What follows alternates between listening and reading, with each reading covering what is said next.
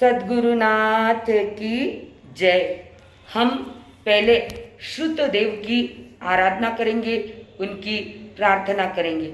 श्रुतदेव तारी भक्ति करता, हृदय मुझ पुलकित बने।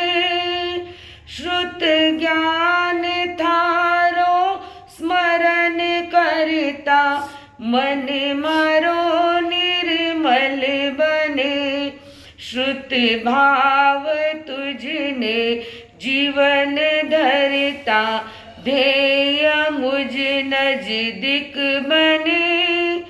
उपकार तारो शू कहूँ थारा, अस्तिये मुक्ति मिले, थारा अस्तिये मुक्ति मिले। सभी गुरु भगवंतों को वंदन नमस्कार कर कर आज हम थोकड़े की शुरुआत करने जा रहे हैं। आज हमारे थोकड़े की शुरुआत भी हम पंच परमेष्टि से ही करेंगे, क्योंकि पंच परमेष्टि के बिना हम कोई भी कार्य नहीं करते हैं। आज का थोकड़ा है पंच परमेष्टि की उपमा का थोकड़ा।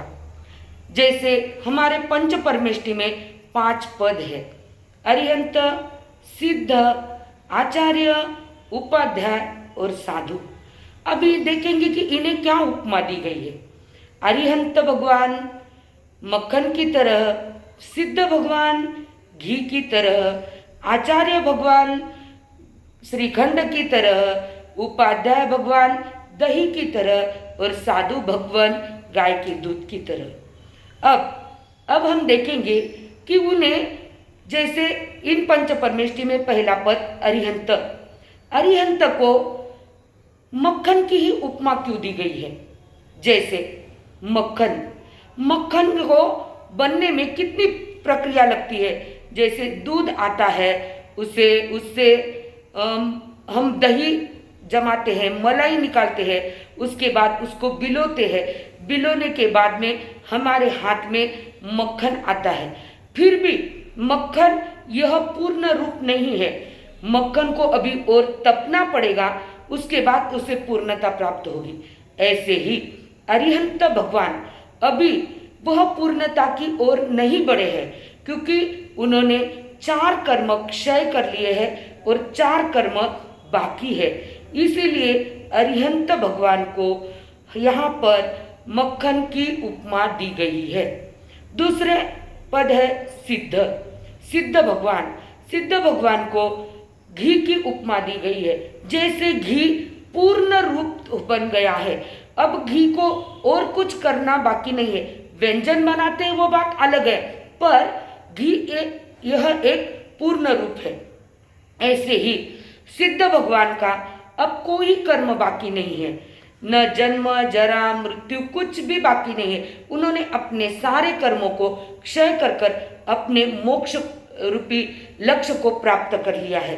ऐसे ही इसीलिए उन्हें घी की उपमा दी गई है।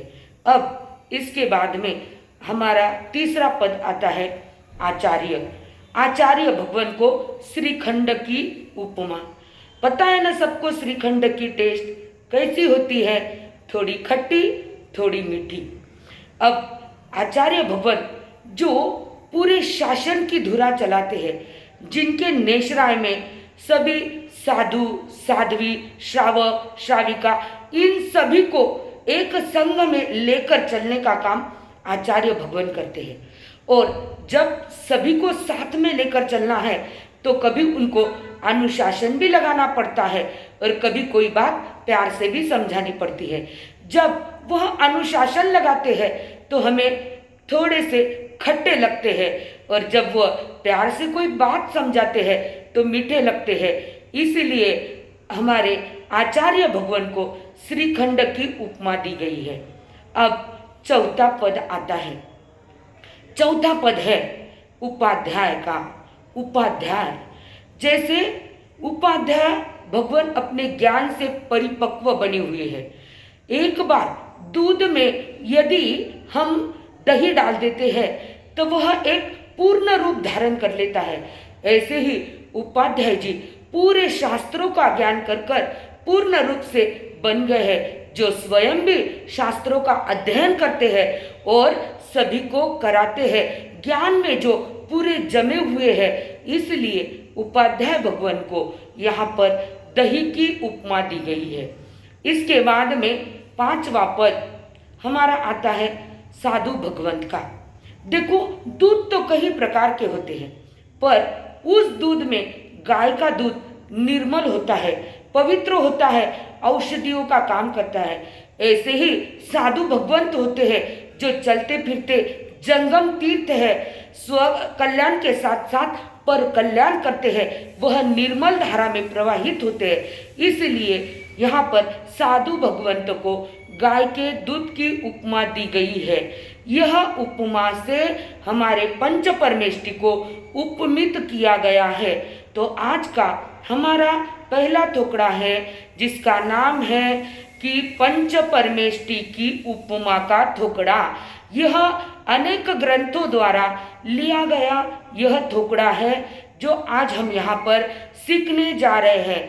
सभी बहनों ने ध्यान रखना है, टुकड़े को श्रवण करना है। श्रवण करने के बाद आपको एक डायरी के अंदर स्वच्छ सुंदर अक्षरों में इस टुकड़े को लिखना है। रोज एक टुकड़ा आप तक पहुंचेगा। रविवार के दिन यहाँ पर छुट्टी होगी, इस बात का सभी ने ध्यान रखना है।